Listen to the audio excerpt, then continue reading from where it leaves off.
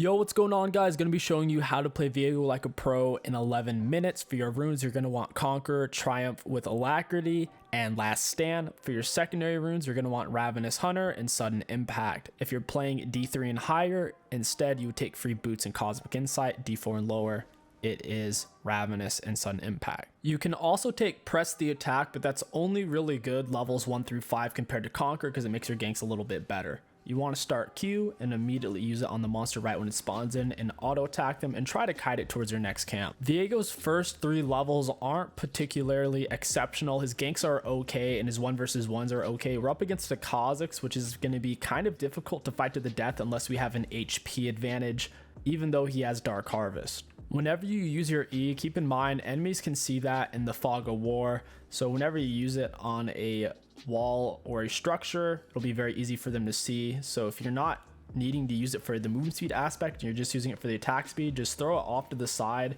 and stand in it. That way the enemies don't really see it and you can stay a lot more invisible on the map this way. You're only going to have time to do 5 camps before a scuttle spawns in, so if you want to get off an early gank or contest for scuttle, don't do a full clear. This is a bit of an awkward gank since it is a Morgana. I was hoping she didn't have her black shield. My E is on cooldown, so I just run up from behind her. I use my W way too early. You want to hold on to it for as long as possible, kind of like a Pyke with his Q. With her black shield, there was no way I was going to be able to land the stun. 𝗕𝐂𝐈𝐀𝐋 has top lane prio and mid lane prio, so I don't want to fight him here. Instead, I'm just going to run past him. Their Vladimir wasn't paying attention. My E's on cooldown. I run up with the W. I hold on to it for as long as possible. After we land the stun, we auto attack for our empowered passive. Then we Q auto attack. You never really want to W and then immediately Q.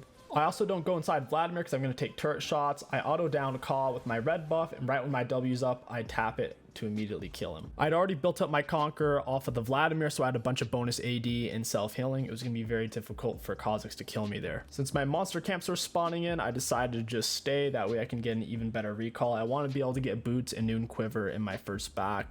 You have the choice between Divine Sunderer, Shield Bow, and Kraken Slayer. You generally want to stay away from Divine Sunderer because it's been over nerfed, and you're generally going to stay away from Kraken Slayer as well because you're just not tanky enough with it. Shield Bow 9 out of 10 times is your best choice. It keeps you alive, keeps you healthy, and it's just really overtuned item because they don't want to nerf the AD carry role. I wanted to invade 𝗕𝐂𝐈𝐻𝐋 in his jungle, but once again he has mid and top prio, so that's not really going to work. When you go in for a gank, you want all your abilities to be up. Generally you'll be off to the side in a bush. You're going to W and then immediately press E. That way they can't see you. If you E and then W, you will reveal yourself for 2 full seconds. Here we would have actually landed the stun, but a melee minion walked up in the way right as I was going in. That's all right though, because we're going to cross over into 𝗕𝐂𝐈𝐻𝐿's jungle. I know I have more gold than him, so I can fight this. Since he's walking into us, we open up with the Q auto attack. We don't use our W yet, since our W is also a dash. It's kind of like 2 Vayne tumbles. So we hit him with a Q auto attack, W auto attack, keep shredding into him. Then we have to E to disengage with the speed up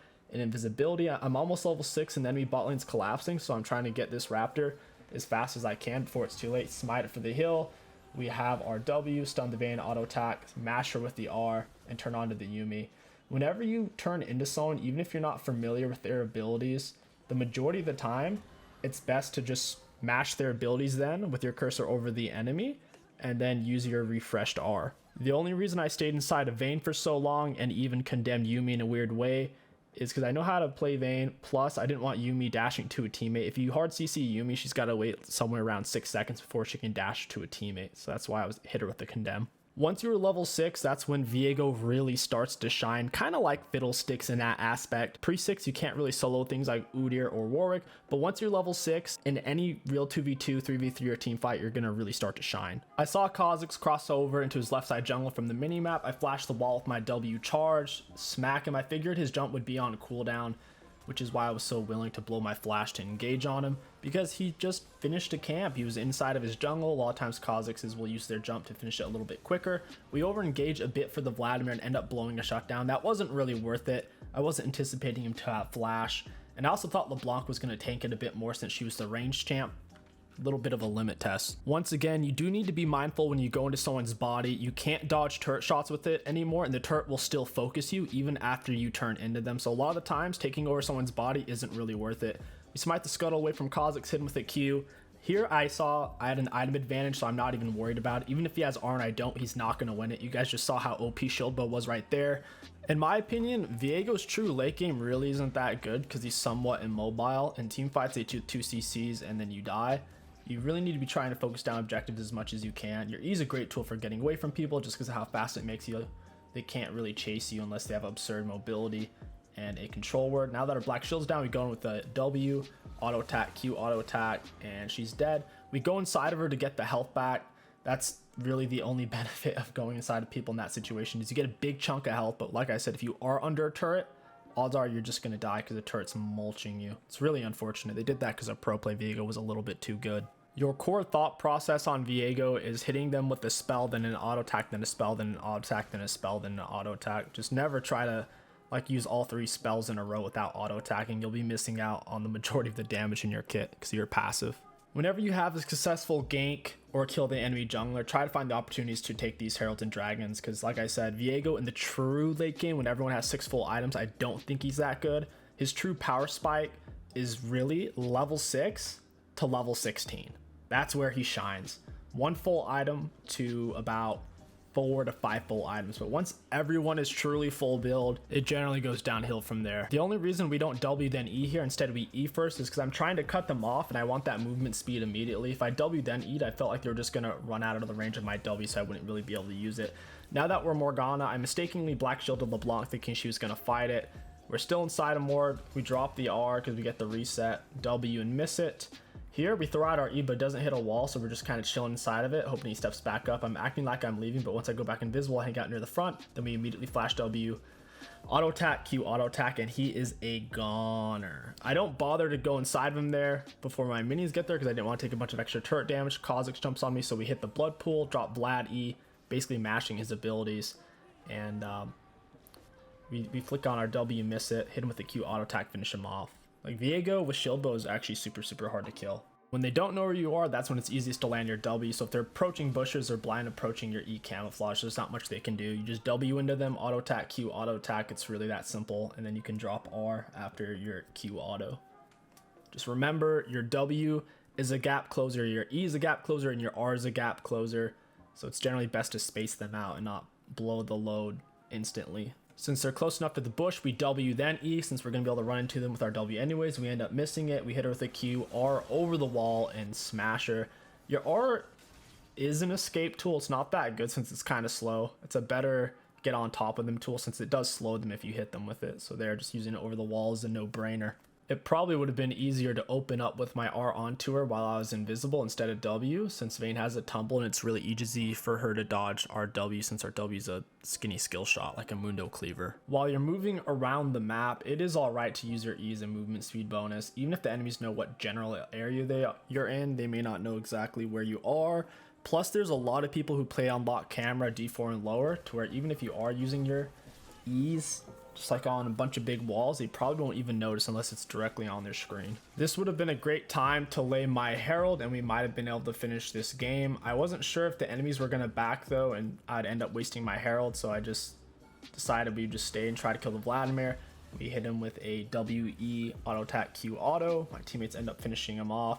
I don't step forward for the body because it's just so far forward and I don't want to put myself in a situation where I'm going to blow shot down. After inhib, once again, I could have potentially laid Herald, but we're not going to be able to end with it. When I get a Herald this late into the game, I prefer to put it in a situation where we can literally end the game. Vladimir stepping up, I have level advantage, W into him, auto attack, Q auto attack. He nearly dies, and we don't really lose anything out of it, just some low cooldown, no mana cost abilities.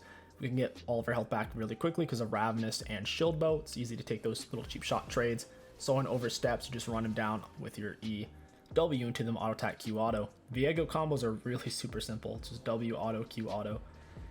And a lot of the times when you use your W, you literally W and then E the closest wall or structure. So it's W, E, auto, Q auto. Really simple. Here I went a little bit too far forward. I didn't realize the enemies were going to go that deep on my teammates. And this is what I'm talking about. When you kind of get later into the game, enemy AD carries can kill you so quick, and you're not necessarily that mobile on Viego either, to where it's very easy to die. After shield bow, just make sure you get tier 2 boots. It's normally going to be plated steel caps if you're taking tenacity in your runes. If you're taking alacrity in your runes, a lot of times you will go merc treads. If you don't need magic resist after shield bow, you're going to go Bork. If you do need magic resist, you're going to go for Wit's End. Then you'll normally grab a Bork and a GA. And then you can round off your build with a Thornmail or a Randuin or some other kind of tanky item. But realistically on Viego, you only need 2 to 3 damage items, and then everything else is just buffer. You can use your E on literally any kind of structure or wall, even a Nivea wall, Trundle Pillar, or a tiny little wall in their base. It's a nice little movement speed bonus to catch up. We go inside of Yumi just to get some health back, and then we can just spam her abilities before we go to use our R resets. Whenever you kill somebody on Viego and you go inside of them, you get that juicy R reset. The only time you really don't go inside of people is if it's going to get you killed, because they're just like underneath the turret or all their teammates are standing there. We tried to chase 𝗕𝗂𝘂𝐴𝑧. It's kind of impossible, and this is where you see Viego's lack of mobility. Even with my flash, my W dash, and my R, can't really get to him, and that's one of Viego's biggest weaknesses. Almost like a Darius, where if you can't get to them, you can't get to them, but once you're on them, they're kind of in trouble, assuming you're level 6 and up, because you just do so much damage. But regardless, guys, I hope you enjoyed this Viego jungle guide. If you did, don't forget to like, comment, and subscribe. And best of luck out there on the Rift. My name is kingstixbusiness. Thank you for watching, and I'll catch you guys next time.